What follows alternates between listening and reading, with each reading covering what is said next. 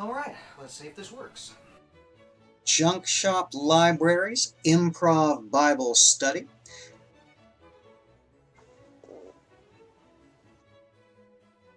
Are you ready for this?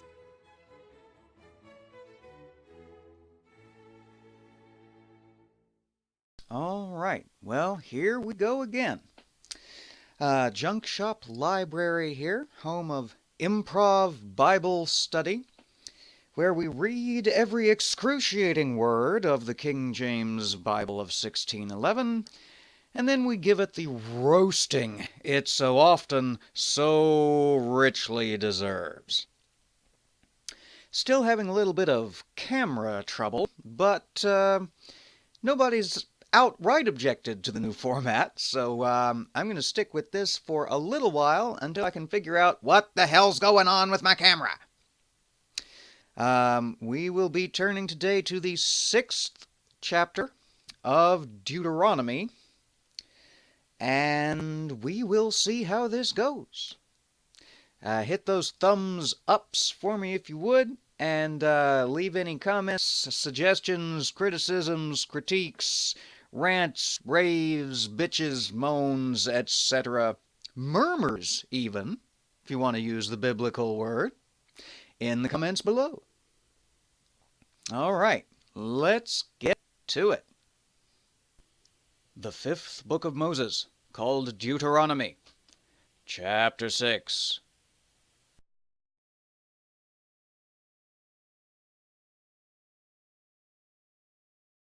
Now these are the commandments, the statutes, and the judgments, which the Lord your God commanded to teach you, that ye might do them in the land whither ye go to possess it, that thou mightest fear the Lord thy God, to keep all his statutes and his commandments, which I command thee, thou, and thy son, and thy son's son, all the days of thy life, and that thy days may be prolonged.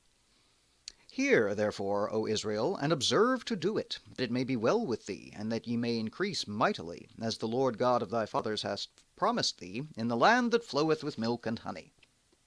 Hear, O Israel, the Lord our God is one Lord, and thou shalt love the Lord thy God with all thine heart, and with all thy soul, and all thy might.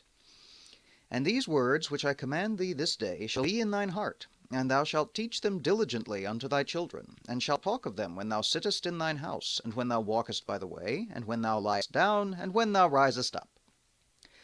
And thou shalt bind them for a sign upon thine hand, and they shall be as frontlets between thine eyes. And thou shalt write them upon the posts of thy house, and on thy gates. And it shall be, when the Lord thy God shall have brought thee into the land which he sware unto thy fathers, to Abraham, to Isaac, and to Jacob, to give thee great and goodly cities, which thou buildest not, and houses full of all good things, which thou filledst not, and wells digged, which thou diggedst not, vineyards and olive trees, which thou plantedst not, when thou shalt have eaten and be full. Then beware lest thou forget the Lord, which brought thee forth out of the land of Egypt, from the house of bondage. Thou shalt fear the Lord thy God, and serve him, and shalt swear by his name. Ye shall not go after other gods, of the gods of the people which are round about you, for the Lord thy God is a jealous God among you, lest the anger of the Lord thy God be kindled against thee, and destroy thee from off the face of the earth. Ye shall not tempt the Lord your God, as ye tempted him in Massah. Ye shall diligently keep the commandments of the Lord your God, and his testimonies, and his statutes, which he hath commanded thee. And thou shalt do that which is right and good in the sight of the Lord, that it may be well with thee, and that thou mayest go in and possess the good land which the Lord sware unto thy fathers, to cast out all thine enemies from before thee, as the Lord hath spoken. And when thy son asketh thee in time to come, saying, What mean the testimonies, and the statutes, and the judgments, which the Lord our God hath commanded you?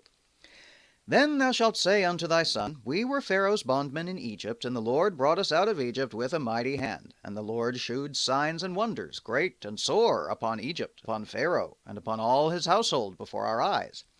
And he brought us out from thence, that he might bring us in, to give us the land which he sware unto our fathers. And the Lord commanded us to do all these statutes, to fear the Lord our God, for our good always, that he might preserve us alive, as it is at this day. And it shall be our righteousness, if we observe to do all these commandments before the Lord our God, as he hath commanded us.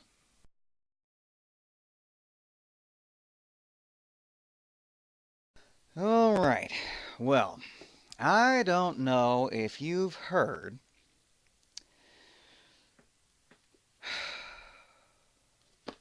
but the Lord is a badass and insists upon being venerated as such.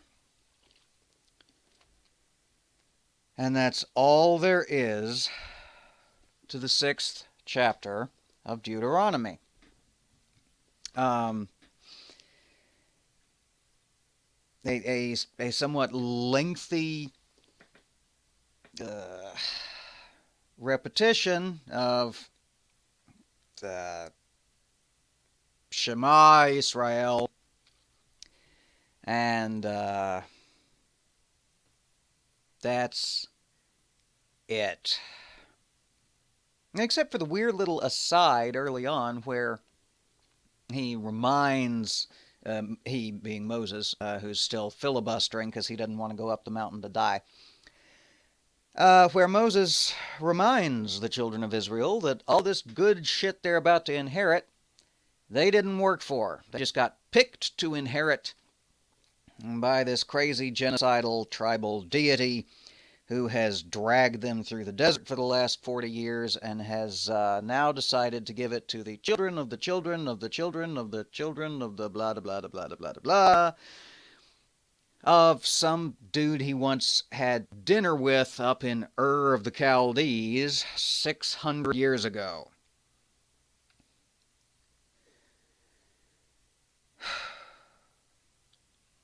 This monologue by Moses starting to wear a little thin for me. I mean, it's no,